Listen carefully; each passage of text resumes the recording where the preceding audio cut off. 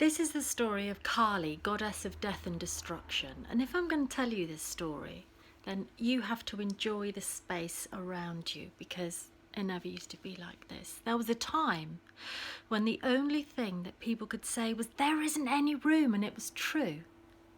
The plants in the forest grew so thickly there was no room for the trees to grow.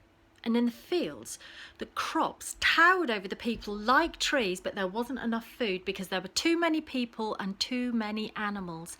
The animals grew bigger and bigger. The human beings grew taller and taller, but nobody ever died. Nobody ever left the earth, and everything was squashed in so tightly. The only thing that people could say was, "There isn't any room." That was when the goddess Kali rolled over in her sleep, and in her divine dreams she heard the faint cry, "There isn't any room."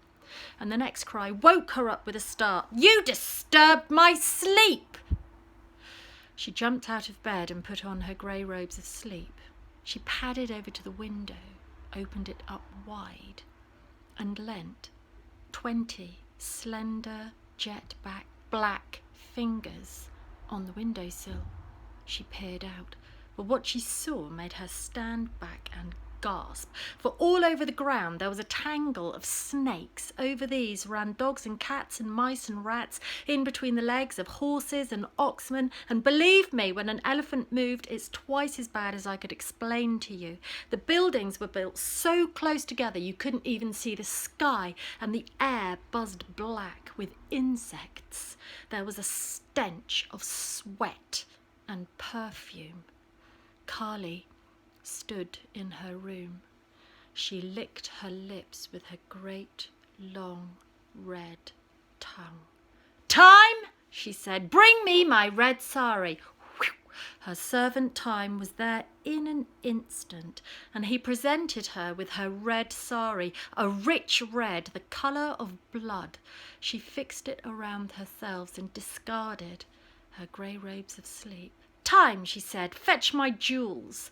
And in Time came with her necklace, glinting, glaring, made of snowy white human skulls gathered eons ago. She fixed it around her neck, and she picked up her earrings made of little children's fingers. She put them through her ears. "Time, bring me my overskirt."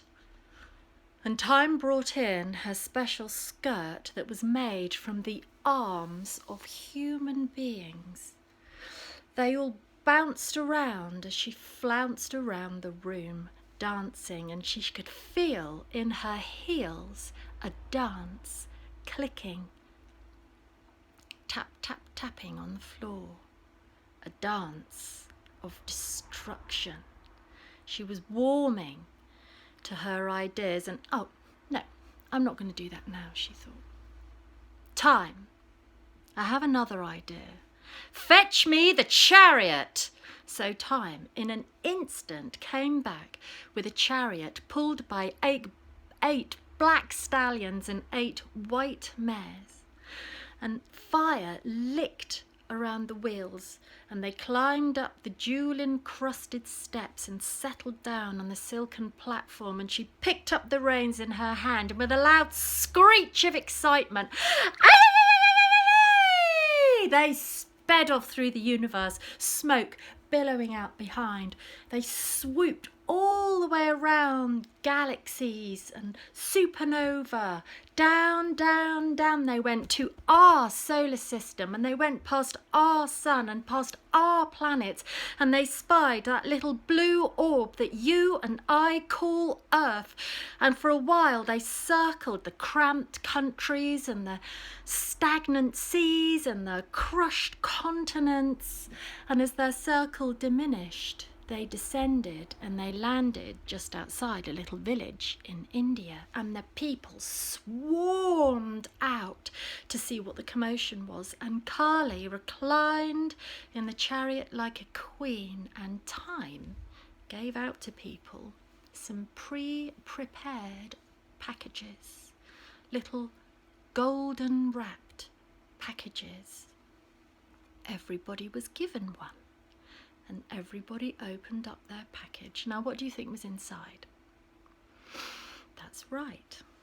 There was dust, rust, mould, decay, mildew, rotting, worms, spiders' webs, and the rich smell of earth aging. And it was on this day that the plants knew than just thriving and blooming. They knew what it was to decay and go back down into the soil. And it was on this day that the crops in the fields knew more than just thriving and yielding. They knew what it was to wither and go back down into the deep, rich, dark soil so the trees could grow. The animals still had young, but the young grew old. The human beings still had babies, but the babies aged and they died. Well, to leave room for their children, of course. Kali and Time went back into their godly realms, right up into the cosmos and down into the smallest, teeniest, weeniest little particle. Kali was exhausted. She fell on her bed and Time gently undressed her and tucked her up to sleep. But you see, Kali and Time, they still ride through the cosmos. Maybe you saw them when you were doing biology and you looked down the microscope lens. Maybe you saw them in their chariot just streaming across the slide. Or maybe on a full moon night you could look up to the sky. Maybe you might see them as a silhouette speeding across the moon. Kali told all of the animals in creation to love each other and eat each other.